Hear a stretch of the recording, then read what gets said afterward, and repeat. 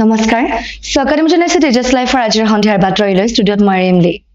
ফটিয়াপাৰৰ alpine হোটেলত অখিল গগৈৰ সংবাদমেল কয়লা আৰু শিল খননৰ ধন কাৰ পকেটলৈ যায় কোন মন্ত্ৰী জড়িত এই কয়লা খননৰ হতে সংবাদ মাধ্যম যোগে সদৰি কৰিলে অখিল গগৈয়ে সাহস শিৱসাগৰৰ পৰা আমাৰ সাংবাদিক অৰ্পণা ভৰালে পঠিওৱা এই প্ৰতিবেদন কয়লাৰ খনন কৰা হৈছে ব্যাপক ৰূপত কয়লাৰ খনন কোনে কোনে কৰিছে আৰু ক'ত ক'ত কৰিছে কয়লা খনন নাগালেণ্ডৰ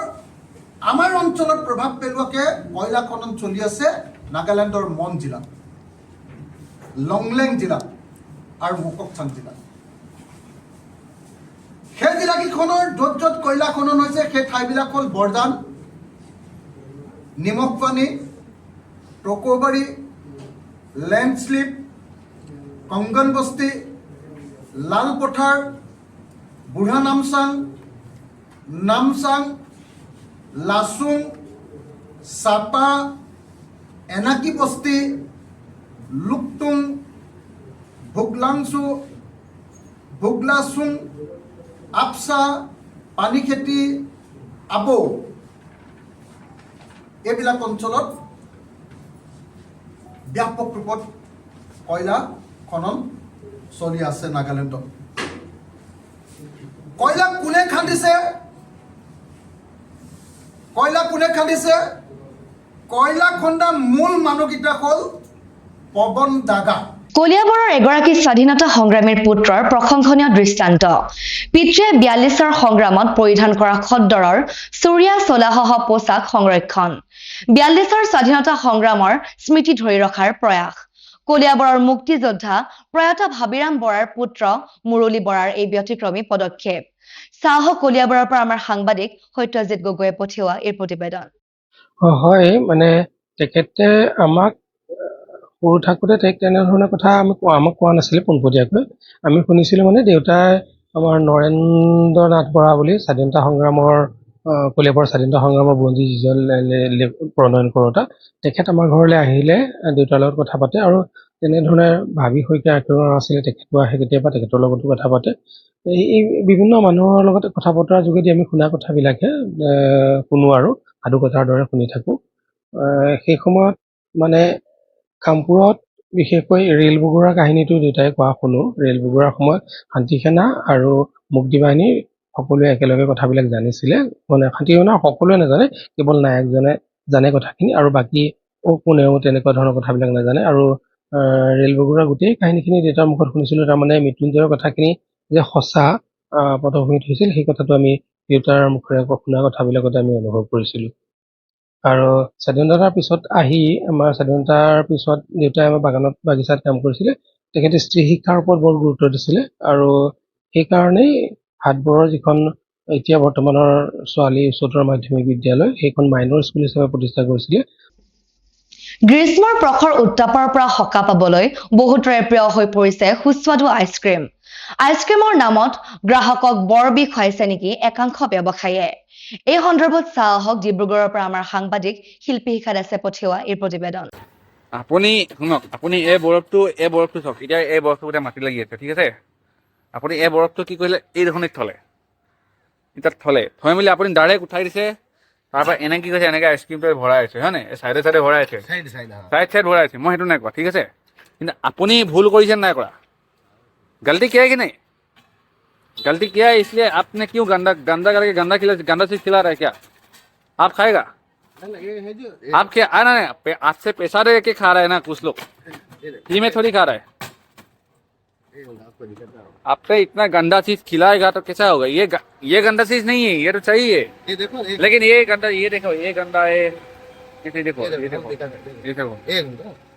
अरे भाई उसका बात साइड में रहता है तो उसका बात छोड़ो लेकिन ये सब बर्फ जो साइड में रहता है साइड में रहता है हम वो नहीं पूछ सकते आपने गलती की है कि नहीं गलती को अपनी भूल कोई से ना हाँ एक बस्ता रख दे যান্ত্ৰিকতাৰ বিপৰীতে বজাৰৰ পুঠিমাৰীৰ কলৰগুৰি গাঁৱৰ পথাৰত নান্দনিক দৃশ্য আমাৰ চিনাকি পথাৰখনৰ পৰা হালুৱা ডাউনি ৰোৱনী ক্ৰমান্বয়ে হ্ৰাস পাই অহাৰ সময়তে কৃষক গ্ৰীণ খাটনিয়াৰৰ দৃষ্টিনন্দন পদক্ষেপে দৃষ্টি কাঢ়িছে বহুতৰে সুদীৰ্ঘ 25 বছৰে পৰম্পৰাগত কৃষি পদ্ধতিৰে নাঙলৰ শিৰলোত ৰচিছে জীৱনৰ গান। গৰুৰে হাল বাই জহা আইজং আদিকে ধৰি বিভিন্ন শালি ধানৰ খেতি কৰি আহিছে কৃষক খাটনিয়াৰে। প্ৰতি বছৰে প্ৰায় 15ৰ পৰা 20 বিঘা মাটিত কৰি আহিছে ধান খেতি। চাহক বজেলিৰ পৰা আমাৰ সাংবাদিক প্ৰাঞ্জল দাসে পঠিওৱা এই প্ৰতিবেদন।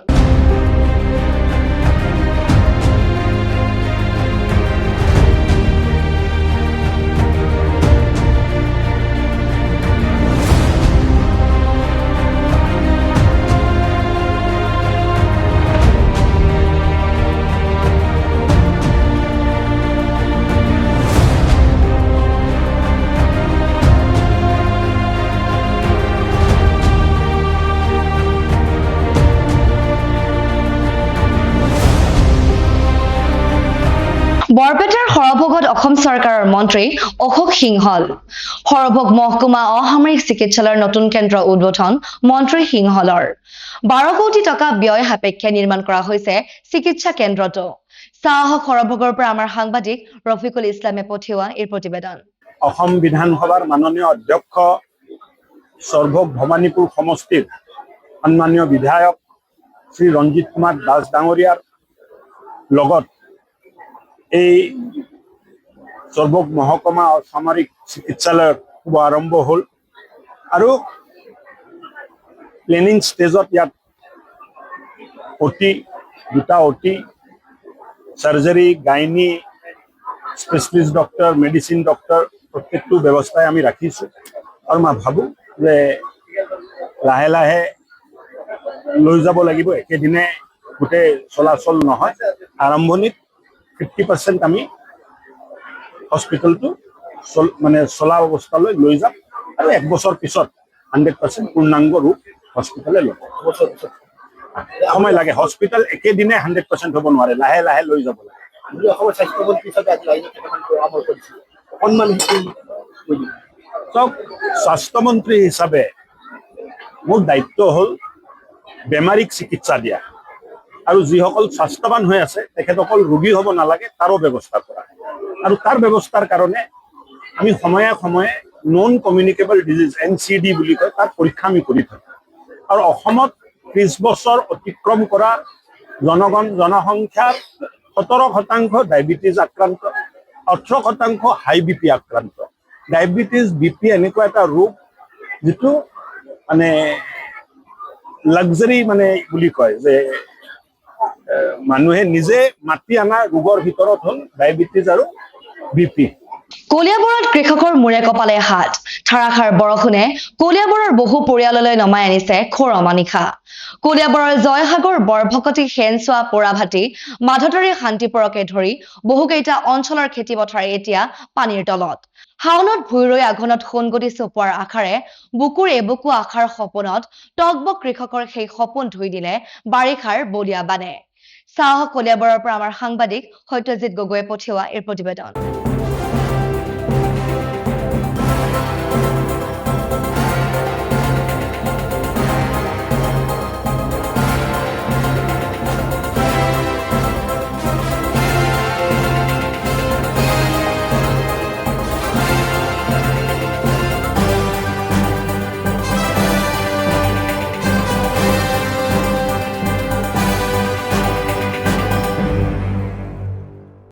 এনেকে ধাৰাসাৰ বৰষুণ দিয়ে, কিন্তু এই বছৰ 2 দিন বৰষুণত গোটেই পথাৰ এতিয়া ভয়ংকৰী পানী, আৰু সেই পানীৰ তলত আজি আমাৰ যি ধান খেতি সেই পানীৰ তলত। কিয় হৈছে নাজানো, যোৱা বছৰলৈকে এইটো ব্যৱস্থা নাছিলে, কিন্তু এই বছৰ 2 দিন বৰষুণ, এইবাৰ বৰষুণ ইমান নাই, কিন্তু 2 দিন বৰষুণত এতিয়া আমাৰ যিসকল কৃষকে খেতি কৰিছে, সোণাৰী, কামাখ্যা, বৰভকতি, মাধতাৰী, পোৰাভেটি, উত্তৰীয়া, সেনচোৱা, এই সকলোবোৰ মাটি এতিয়া পানীৰ তলত, খেতি। গতিকে এতিয়া এটাই কথা হ'ল যে আমি প্ৰশাসনক এটাই জনাইছো যে তেখেতসকলে ইয়াৰ এটা বিহিত ব্যৱস্থা লওক। কিহৰ কাৰণে যে জয়সাগৰ দলনিৰ যিটো পানী আজি ওলাই যোৱা নাই, কাৰণ এই পানীভাগ সেনচোৱা, আমাৰ শান্তিপুৰ হৈ এই পানীভাগ ওলাই যায়। কিন্তু এই বছৰ কিহৰ কাৰণে, কি টেকনিকেল প্ৰব্লেম হৈছে, কিহৰ কাৰণে পানীভাগ ওলাই যোৱা নাই আৰু খেতিয়ক ৰাইজৰ বিপদ হৈছে, এই বস্তুটো এতিয়ালৈকে আমি প্ৰশাসনে দিয়া দেখা নাই। কাৰণ এইটো এটা ডাঙৰ কথা, কাৰণ কৃষক দুখীয়া কৃষক ৰাইজ সেই কৃষকসকলে নিজৰ গাঁঠি খুলি এই খেতি কৰিছিল আৰু এই খেতিৰ ভিতৰত কষ্টটো বাদ দিয়ক, কষ্টটো কৰিছে সেইটো কৈছে ক'বলগীয়া নাই, কিন্তু যিটো মূলধন আজি সেই মূলধন পানীৰ তলত আৰু এয়া কেতিয়াও এই খেতি হৈ নুঠে আৰু এয়া যদি আকৌ নতুনকৈ লগাবলগীয়া হয়, আকৌ যদি বৰষুণ দিয়ে আকৌ সেই একেটাই অৱস্থা হ'ব। গতিকে ইয়াৰ এটা বিহিত ব্যৱস্থা আমাৰ প্ৰশাসনে লওক, কলিয়াবৰ প্ৰশাসন তথা আমাৰ CDC মহোদয়ক অনুৰোধ জনাইছোঁ যে তেখেতে ইয়াত আহি ফিজিকেলি এইটো ইয়াতে তেখেতে পৰীক্ষামূলকভাৱে ইয়াতে আহক, আহি পেলাই এইটো এটা বিহিত ব্যৱস্থা ল'বলৈ। বজালীত হৰ ঘৰ তিৰংগা কাৰ্যসূচীৰ অংশস্বৰূপে বৃহৎ তিৰংগাৰ ৰেলী। বজালী আৰক্ষীৰ উদ্যোগত উলিওৱা হয় এই ৰেলী। বজালীৰ উচ্চতৰ মাধ্যমিক বিদ্যালয় খেলপথাৰৰ পৰা পাঠশালা উৰণীয়া সেতুলৈ এই ৰেলী। চাহক বজালীৰ পৰা আমাৰ সাংবাদিক প্ৰাঞ্জল দাসে পঠিওৱা এই প্ৰতিবেদন।